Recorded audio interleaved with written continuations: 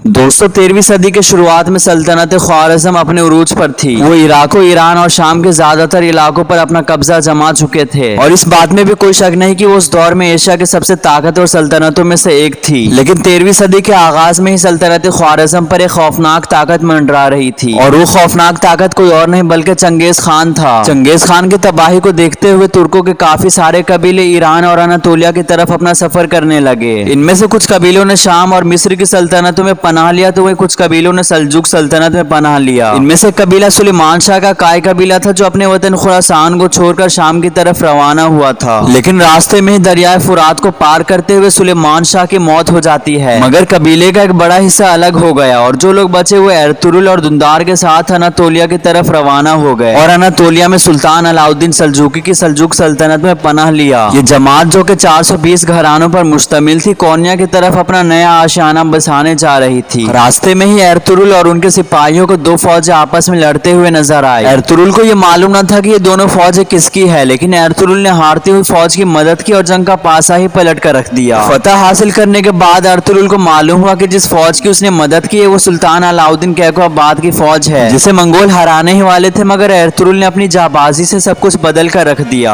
आपको बता दें कि एर्तुरुल के इस कारनामे के बाद सुल्तान ने उसे सोगूत का इलाका जागीरी में दे दिया। ये इलाका काफी जरखेज इलाका था मगर बाज़ंतीनी सरहदों से घिरा हुआ था। इस इलाके में एर्तुरुल और उसके साथ ही जो आर्मेनिया और खुरासान से आए थे सोगूत शहर में पनाह लिया। क्योंकि सोगूत की सरहदें बाज़ंतीनी सरहदों से मिलती थी, इसलिए एर्तुरुल और बाज़ंतीनी में जंग आम सी बात हो गई थी। यानी कि एर्तुरुल और बाज़ंतीन किलेदारों की जंग आम सी बात हो गई थी। बहुत जल्द ही एर्तुरुल ने अपनी बहादुरी और शुजाअत का सिक्का बिठा दिया और यही वजह थी कि आसपास के कबाइल भी एर्तुरुल के साथ हो गए और ये कबाइल हर जंग में एर्तुरुल की मदद भी किया करते थे। दिन ब दिन एर्तुरुल की ताकत इस तरह बढ़ना सुल्तान अलाउद्दीन के लिए फिक्र की बात होती, मगर सल्तनत के अंदर अपने ही गद्दारों की वजह से सल्जुक सल्तनत अपने पतन या जवाल की तरफ जा रही थी और यही वजह थी कि अब सल्तनत की सरहदें भी पहले से कम हो गई थी। एक तरफ जहां मंगोलों का खतरा रहता था तो वहीं दूसरी तरफ बाज़ंतीनी भी कोई कसर नहीं छोड़ते थे और इस तरह सल्तनत पर जंग का सिलसिला हमेशा चलता रहता था। ऐसे हालात में एर्तुरुल जैसे दिलेर सरदार का अपने साथ होना सुल्तान के लिए इत्मीनान ही था और सुल्तान अलाउद्दीन ने एर्तुरुल गाजी को काफी इनामात से नवाजा। एक जंग में जब एर्तुरुल ने बाज़ंतीनी और मंगोलों की मुत्तहिदा अफवाज को हराया तब सुल्तान अलाउद्दीन ने वो शहर भी एर्तुरुल के जागीर में दे दिया।